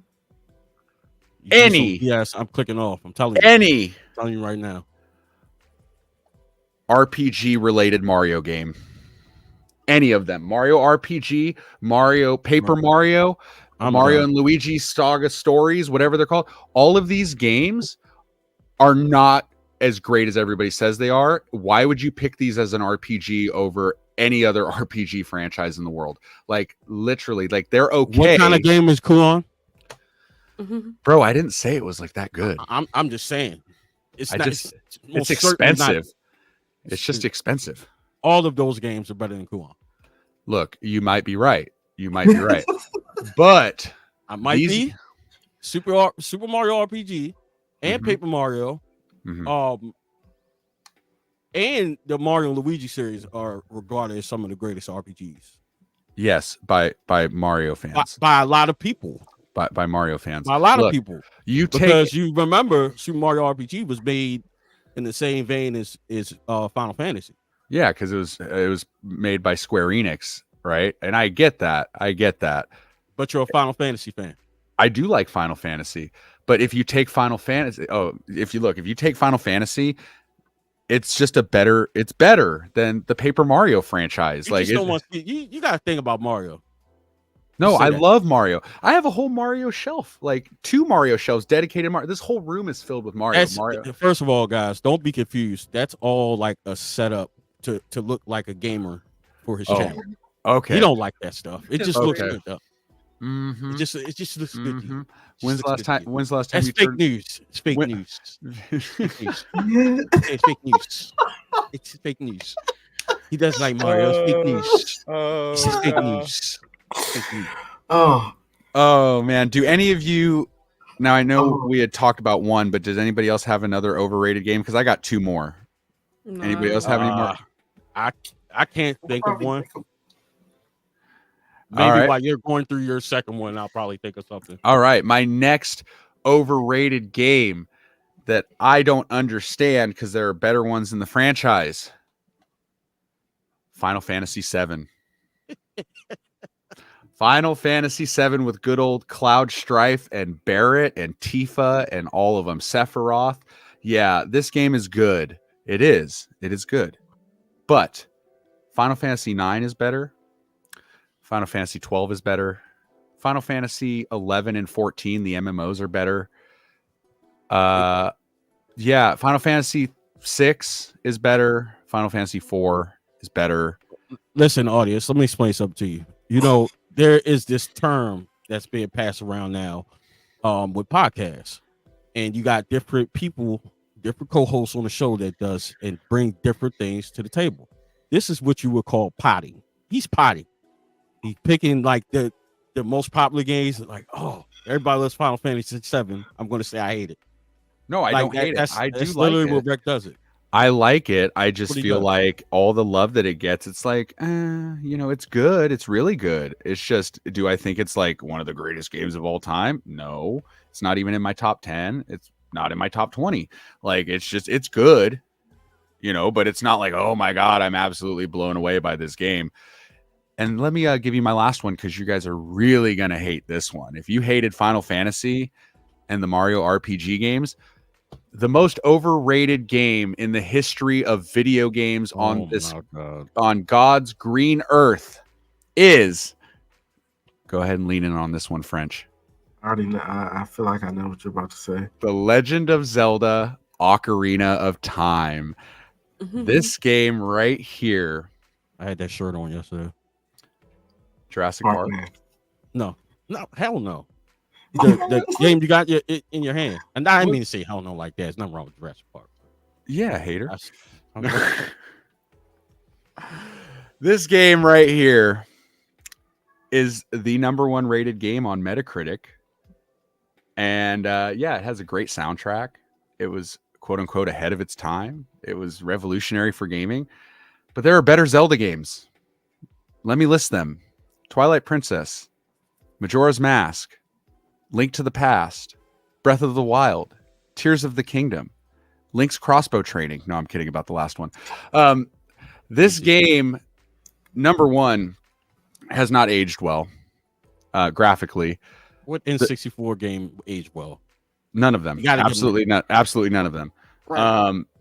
But I feel like it's a great game that paved the way for a lot of other games, but that doesn't mean it's everybody acts like it is a perfect game, right? That it is absolutely the best thing ever. And I just don't agree. I feel like I would rather play Breath of the Wild, Tears of the Kingdom, Twilight Princess, like any of those games over Ocarina of Time. Okay. Can I cut in real quick? Let me set the stage for people in the chat because they don't really understand. Rec is a little bit younger than me and French, right? We're leaving AK out of it because she it's not even in the same room. So Rec tends to kind of go from like PS2 up. So he don't even really, truth be told, he probably won't say it. I think he would, but he don't really respect anything other than that. He don't understand at the time. You know what I'm saying? Because you got to think. I'm not that much younger. But my first console. How old are you? How old are you? I'm 33. Right. So we're talking about 6 years. That makes a huge difference. But in the timing of when Ocarina of Time came out in '98 versus when that's like us going back to Atari and saying, "Oh, this game is trash." Not to them. No. But see, I owned these consoles when they were still relevant. Like you have to remember, the N64 was still like late. but it wasn't that late. It's not like my brother who's 10 years younger than me and me trying to show him an N64 game in like 2010. Like the N64 6 years younger. And you just yes. 10. Yeah. No, he's 10 years younger, but you have to remember when the N64 came out, he wasn't even born. I had the N64 when it was still relevant. How old were you? I had it in 98 or 99 and it came out in 96. And you have to remember the first year of the N64. How old were you when you played N64? How old were you? 8, 9, but I played We it. don't know anything at 8 or 9. But dude, here's the thing. I played it like this is an 8 or 9 year old's opinion. You ask my kids, this game sucks. Of course, he's gonna say that. No. I played those games well into the 2000s. You have to remember, Majora's Mask came out the same year the PS2 came out. Like, it still had relevancy, and like, I owned a PS1. My first console was a Super Nintendo, and I listed that Link to the Past is a better game than Ocarina of Time. Like, my first Zelda game was Link to the Past.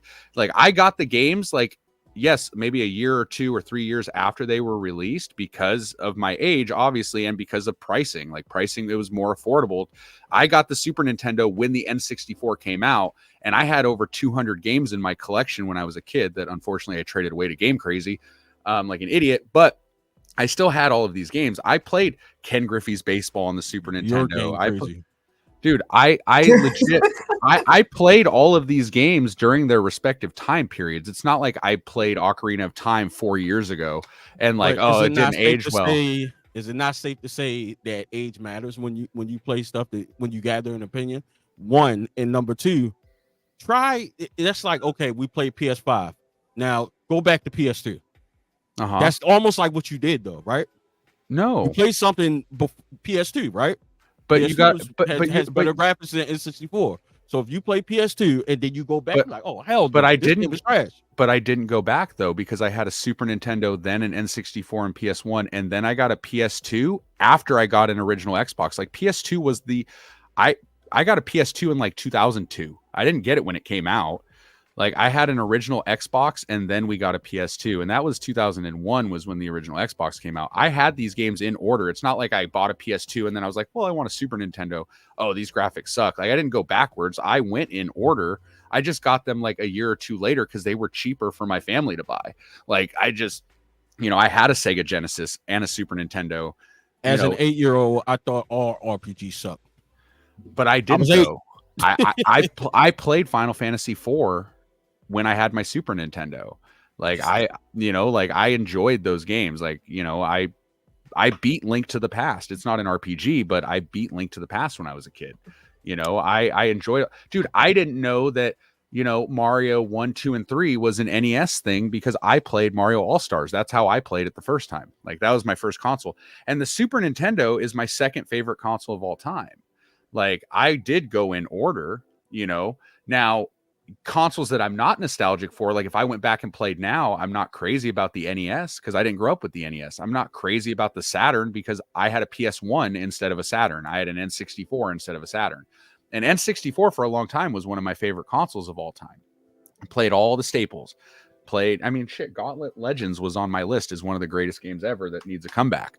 Like, I grew up playing these games before the 6th and 7th gen came out. Like, I didn't go backwards. I just feel like there are better games out there than Ocarina of Time.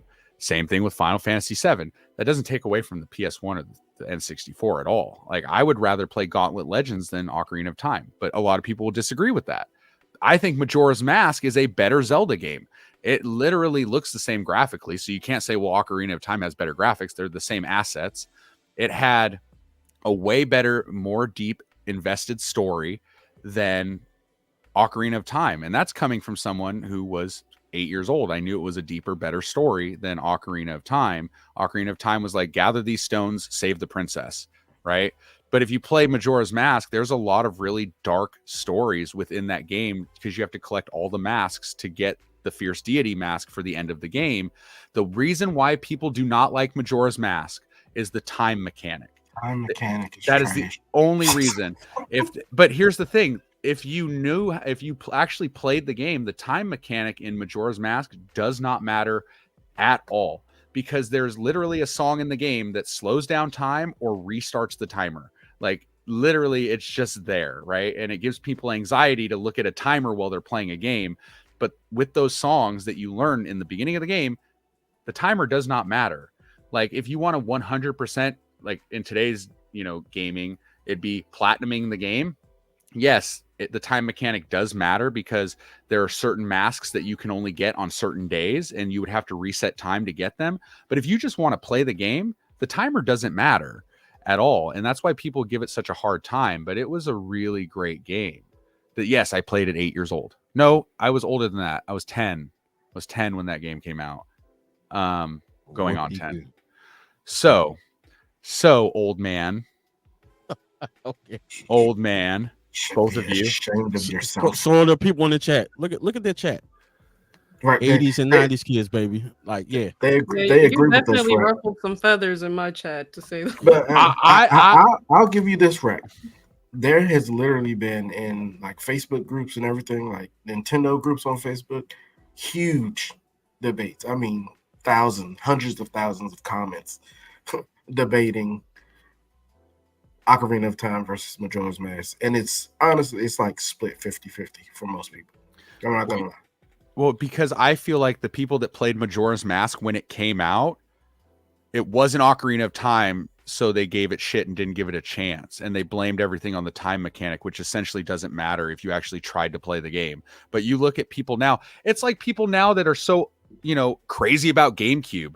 Dude, GameCube wasn't popular. I'm sorry, it wasn't. If it was, it would have sold more than 22 million consoles worldwide. Dreamcast. Does that mean that it wasn't good, though? But I think you're trying to. No, you literally just proved my point, though, is like GameCube is good, but just because at its time period it didn't sell well doesn't mean it's not good. Majora's Mask gets a lot of shit because it wasn't Ocarina of Time, but that doesn't mean it wasn't an amazing game. And people that are going back and playing it now at our age, are realizing it's a good game with a deep story that's much deeper and richer than Ocarina of Times. And if you gave it a chance, you would really like it, especially if you like Ocarina of Time. Why wouldn't you give it a chance? Like, it's a really good game. And so, like, just because something doesn't do well when it released and people are going back and playing it now and realizing, oh, this is good, right? Like Earthbound. People are realizing that Earthbound is a good game, but they didn't realize that when it came out in the 90s because nobody bought the damn thing. I disagree with that. I think people always thought Earthbound was good. The people that bought it, but not a lot of people bought it. And Earthbound was not mainstream when it released, because if it was, it would have sold like a Mario game. It would have sold like a Final Fantasy, but it didn't. And now people are general consensus of people. I haven't heard people say Earthbound sucks. No, but not a lot of people were saying it was good because not a lot of people bought it. It's now in the limelight because of how expensive it is. It's like the Super Nintendo game that everybody wants for their collection because it's so expensive. And when you go, what's an expensive Super Nintendo game everybody wants? Earthbound. Like, instantly, Earthbound is the one that everybody picks, even though there are more expensive games like Hagane.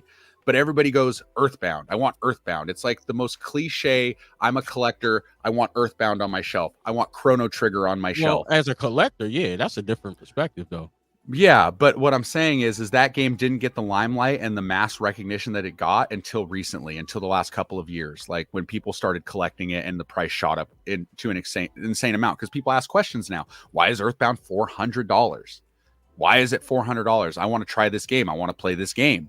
Like, people see that price tag and it makes them want to try a game out. Why is Kuon $1,000? I don't know. Is it worth $1,000? Absolutely not. Absolutely. But not. I don't want to play Kuon. So like that just completely is the opposite. Yeah, but it's $1,000 and I don't want to play it. But there are a lot of people that do. I don't want to play Earthbound. It doesn't interest me at all. As an RPG fan, I don't like the modern looking RPGs where you're walking around a real-time neighborhood. Like, I just doesn't interest me. I won't play games like that. Just like I won't play Persona because I don't care about kids in high school or whatever the hell it's about. Like, I don't care about that stuff. Like, I want to play a fantasy or a sci-fi RPG. I don't want to play like kids in a high school with like superpowers. Like Persona can kick rocks. You play Power Rangers though, right? Power Rangers?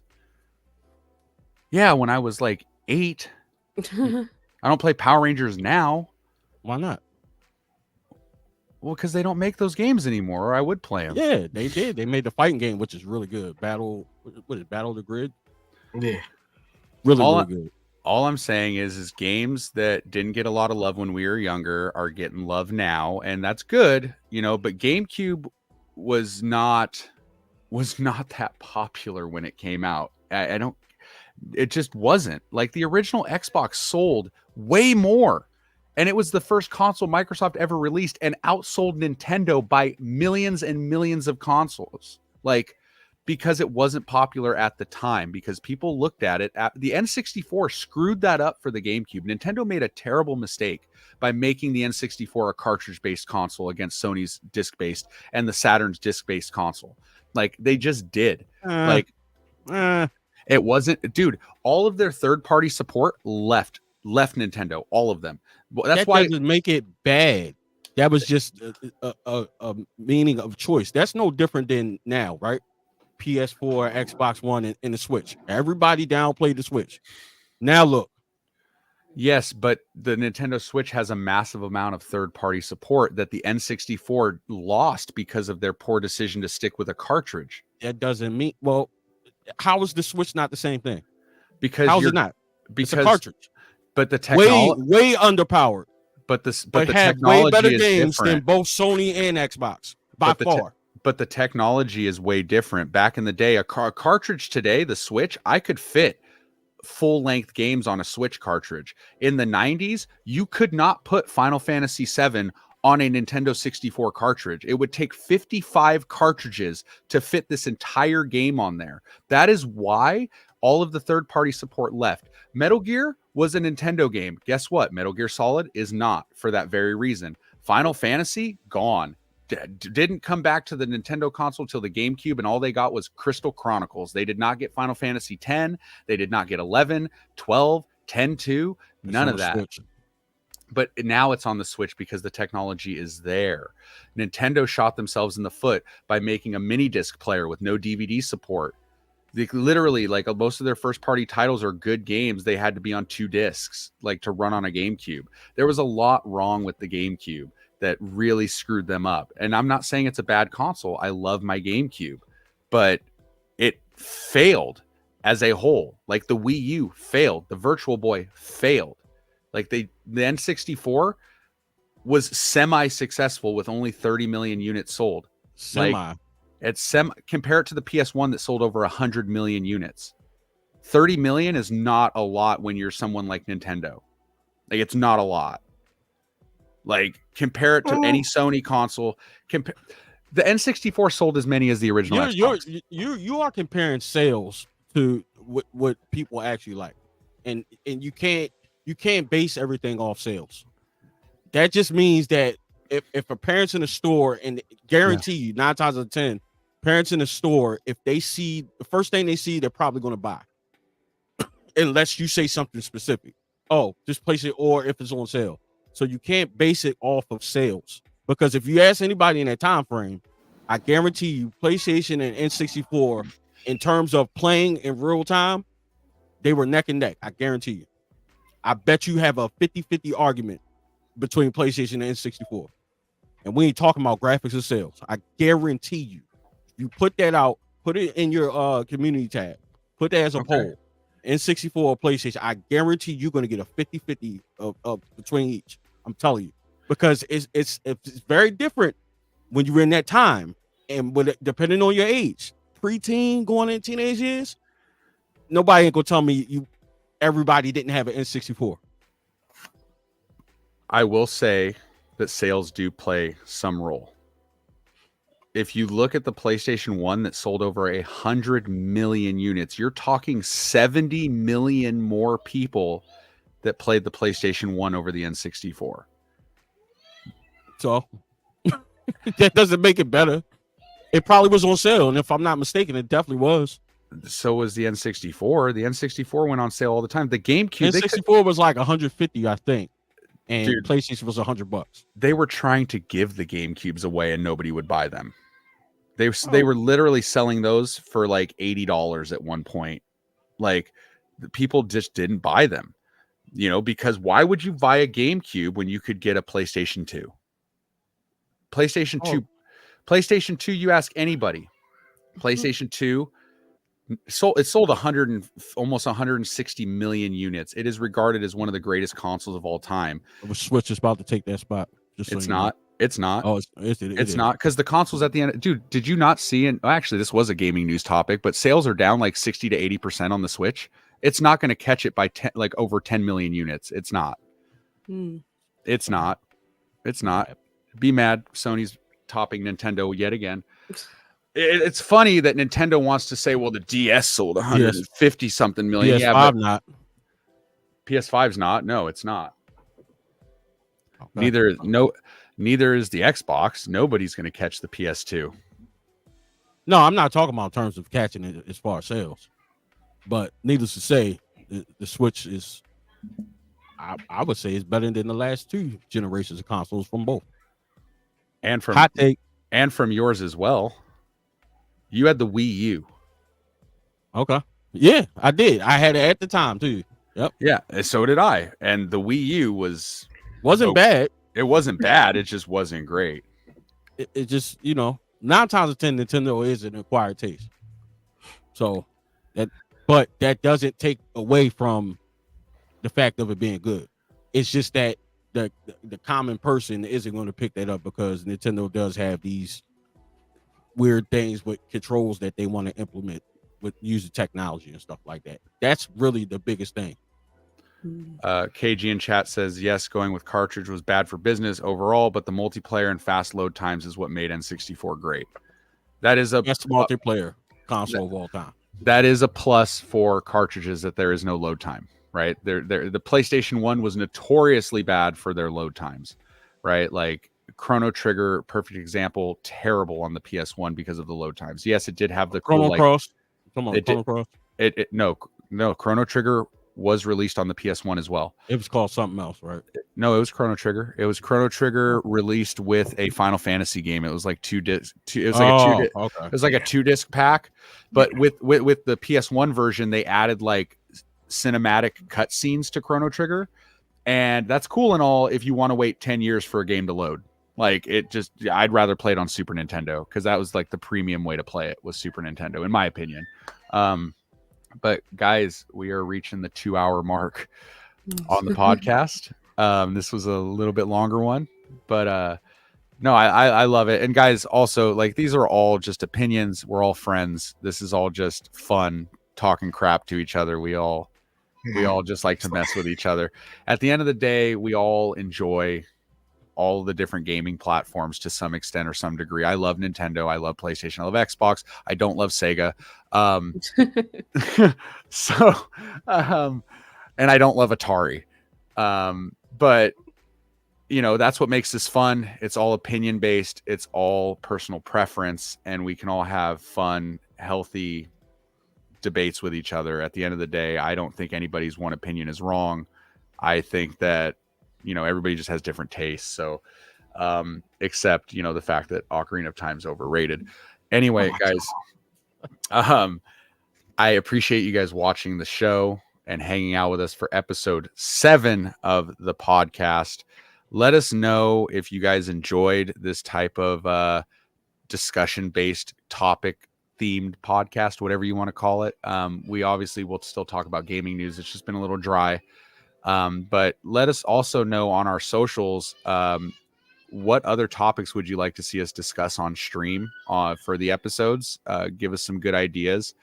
And, French, what do you got in the works coming up on your channel?